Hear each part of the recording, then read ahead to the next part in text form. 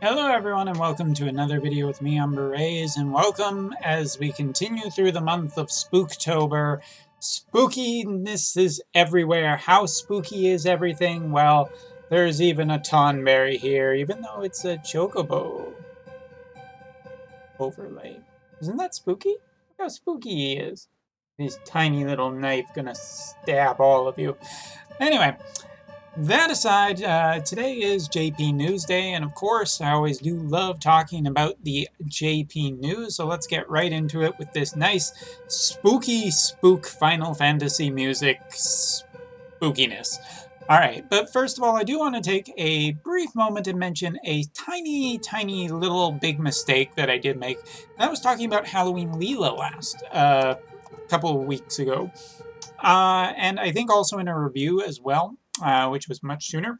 Anyway, Halloween Leela, I do want to say that her limit burst is not just a powerful limit burst, it actually is a... Wow, that's actually really spooky. My browser is totally glitching out right now. So spooky. It distracted me. Halloween Leela's limit burst is not only a high damage dealer that increases damage if the target or targets are multiples of 3, it also has an extra benefit to it. Dispel all buffs as well, which is a very powerful effect that I did not mention back at the time of the initial review, so apologies, my bad. Moving on. Okay, so let's get right into it and talk about what is going on. So first of all, we are going to be seeing a little bit of a update to do with Class Match. Class Match will be running from the 14th to the 21st. Basically a live PvP kind of thing where you can get some more lapis, you can end up getting some bonus rewards. And this time around, looks like the party formation rules will have a cost limit of 220 or less. Shooting and magic attack resistance plus 50 Summon Beast and Vision cards are not subject to the cost limit. So basically, what you're looking at is you're going to have to form your party with a cost of under 220, or 220 or less, I should say. And mages and shooters, not valuable. So let the canes rule. And let there be no counters for it.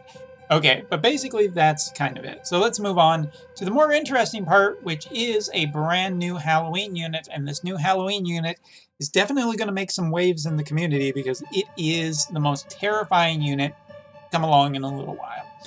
Yes, Halloween Ryu is going to be coming. Looks like he is been buried and reborn because he is looking very much like a kind of mummy.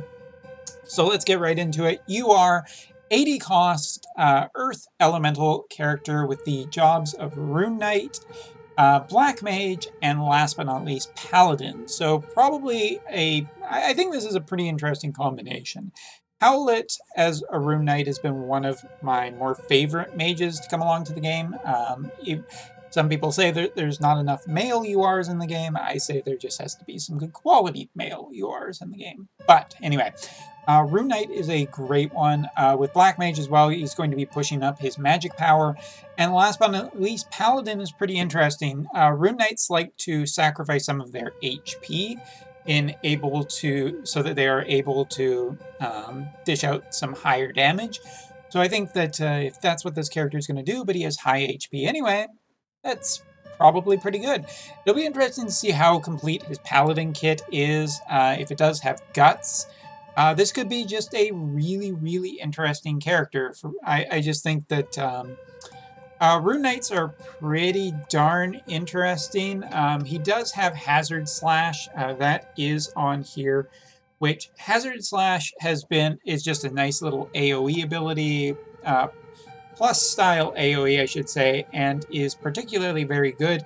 I just totally blanked on what the limit is, and I, as always, just like to check before I say it. So, yes, his limit burst is also pretty interesting. Magic-dependent damage to targets within range, poison effect that gradually reduces HP for 3 turns with probability. If he has just a solid poison ability on him, it's not like an impressively big AoE on his limit burst. It's really hard to tell whether or not I'm going to really like this unit or not. I think that in general, he seems pretty darn interesting. But there might be a little bit of a caveat with that because there isn't really a ton of details about his kit, so I'm very interested to see what he'll have in his sub-jobs that will really support him. But Earth Elemental Mage, Rune Knight Strong, pretty good. Now, as talking about his Master ability is continuing the trend that we're seeing on the JP side, where new Master abilities HP up for specific elemental types, as well as ability attack up. This one, so here, obviously soil tribute, so that's good for if you're building an earth team, but also own slash resistance, slash penetration resistance of 20. So going to be particularly resilient to slash, but slash only. So it'll be interesting to see where his resistances do lie when all things are said and done.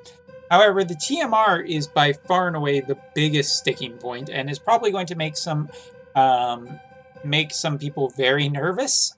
So please wait until I finish before you start typing those comments. All right. So first of all, his Trust Mastery reward is called the Zombie Mask, which has an ability, Change of Corpse. Re-raise effect that automatically recovers incompetence, or incapacitation is probably a better translation, only once when the unit becomes incapacitated. HP recovery minimum. So first of all, a couple things to note. Yes, this is re-raise in the game. We do not know exactly how this re-raise functions, whether it is automatic from the start of battle, or whether it is something that you need to cast. Guts is a castable thing, but this could be the first time that we see a ability that just automatically casts at the start of battle. This does not have a turn limit on it, or at least it is not saying that it has a turn limit on it. But the HP minimum recovery does mean that this is not full re-raise. This is not that scary, but I could definitely see how this will make waves in the community. Raise would be pretty damn overpowered in a lot of different places, PvP, Guild War, to name just a couple, if not just everywhere in the entire video game. So I do understand, but this is not full re-raise. This is re-raise, and we don't know whether this has to be casted or whether it's automatic. Secondly, it is a job-specific Trust Master. So only certain jobs, Cleric, Black Mage, Green Mage, Red Mage, Time Mage, White Mage, Witch, basically Ishtola, Lapis White Mage, basically Fina, Mathematician or Arithmetician, Rune Knight, Baron's White Mage, Kotodama, and Mysidia Sage. So basically, this is a strong Trust Mastery if you're looking to bolster healers, or particularly characters such as Sakura, or potentially Summer Ketone. There's a lot of different characters that can use this TMR, and that can benefit from this TMR. This is a huge power bonus, I think, to all mages in the game that can equip this, and potentially mages in the future as well. If this is constantly updated to be allowed to use on newer healers, like I'm thinking like potentially Aerith in the future, or some characters such as Terra that could come in the future, this TMR could just be pretty damn great, at least until eventually this effect comes in other forms, which it will eventually. This is just the TMR exclusive character first, and then better versions or cheaper versions and easier versions to get will come later. But for anybody who's worried that this is a thing that's going to happen on tanks, or going to happen on really strong characters like Kayn, don't worry about it, because I'm not worried about it, because it is just for mages, but it is a particularly powerful thing. As for Ryu, he will of course come with his 50 shards that you will be able to get from his hard quest, and that's about it. So best of luck whimsy shopping for all you who are going for him.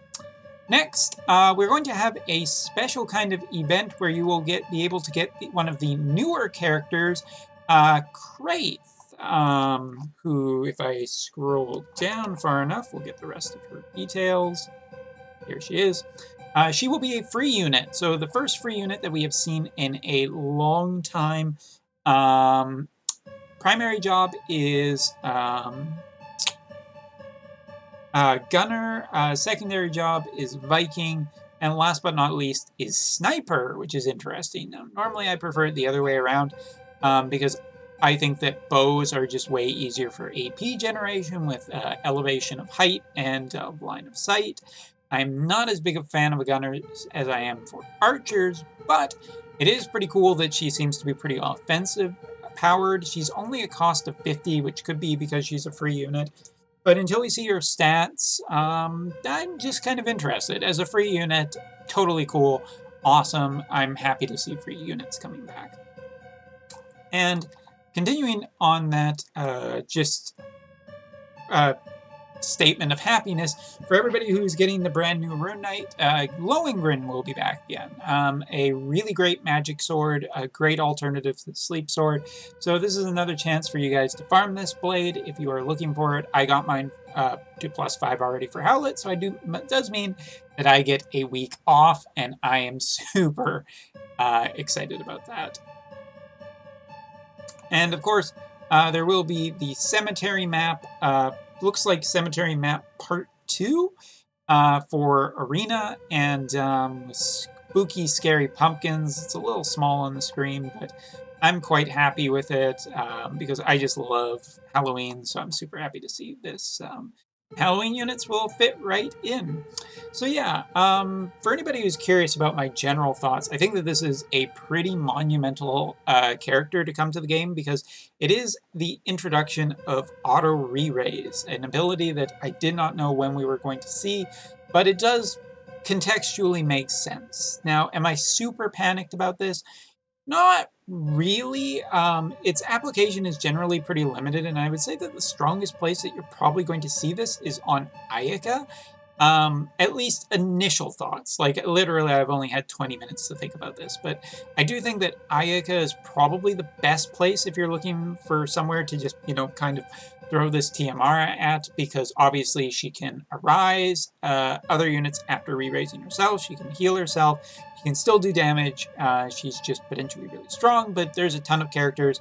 Howlet, Sakura, who is one of the strongest mages in the game that has a guts removal ability, is just really, really insanely strong too. So there is a lot of places where I think this TMR could be really good. But do I think it's game breaking? Not yet. Not upon initial look. It is definitely one of those things that seems very shocking at the start, but A, this is the first iteration of it. B, we don't know enough details to truly panic yet. And there's one other really important thing that I think a lot of people are going to need to know before, and myself as well, are going to need to know before we really freak out about this, and it's a big question of, is this dispellable? Because if this ability is dispellable, then I don't think it's that big of a deal. I think that more dispel units will be coming in the future. I think dispel will become more of a regular thing. So I'm just not super worried about that. Also, there are already characters such as Niv that could potentially just remove this buff anyway. And on Ryryu, maybe not the best place for this TMR. Could be other units that just will perform better with that. So yeah, I'm not... while definitely a shocking thing to read at first, I think in general this is probably not a big deal. And as for all you globalers, don't worry, because you don't get these limited units anyway. You can get mad at me about that statement if you want, but honestly, you know it's true.